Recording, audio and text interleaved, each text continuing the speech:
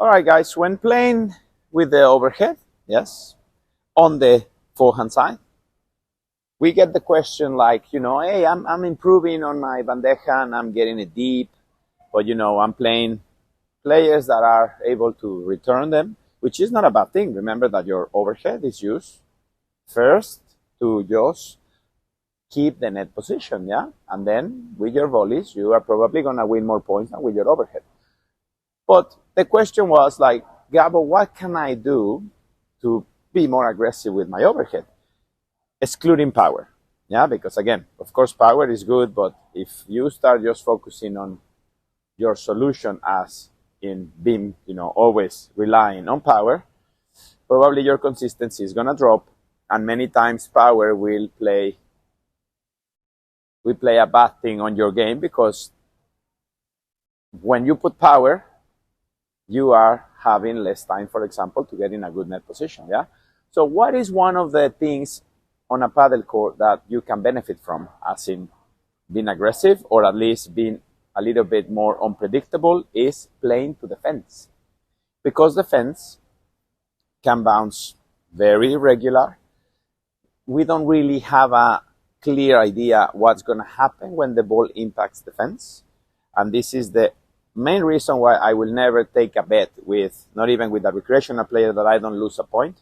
Because if they hit the fence, I have no control over what's going to happen. So I don't take bets on, oh no, I can, you cannot get a point from me. I believe everyone can get a point from everyone if the ball touches the fence. So when you are on the A side, remember that to go to the fence, you have to choose a ball that is a little bit more away from you, more open, because the more the ball is on this area, the bigger the angle to the fence is going to be.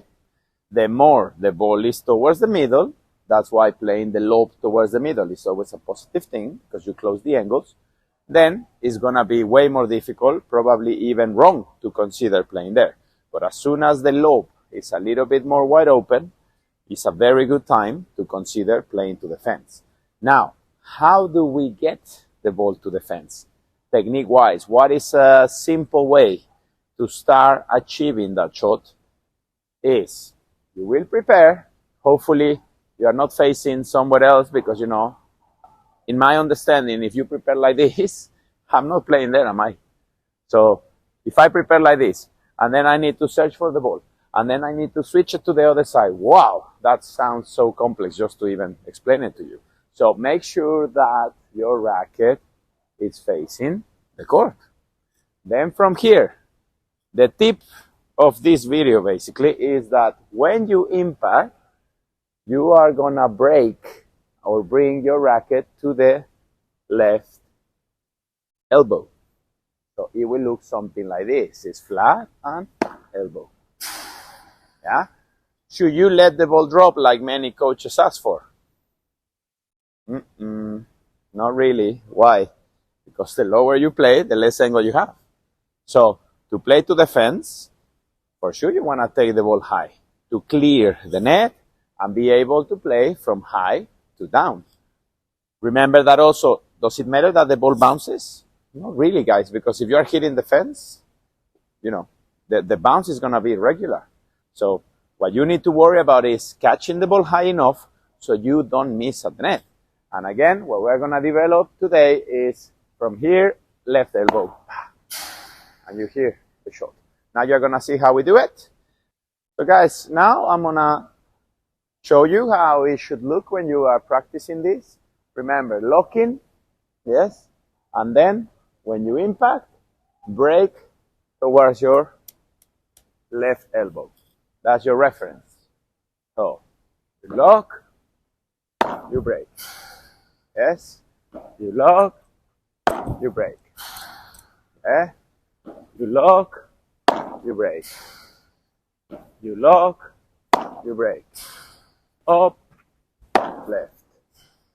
Yeah, racket up, elbow. Racket up, elbow.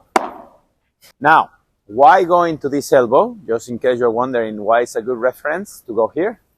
Because the shot you are looking for is a short shot. It's not deep. Yeah, so this is a great tip, because if nobody tells you to go to the elbow, then you're gonna try to go to the fence like this, and then you might need 2 more paddle cords to land the ball on the fence.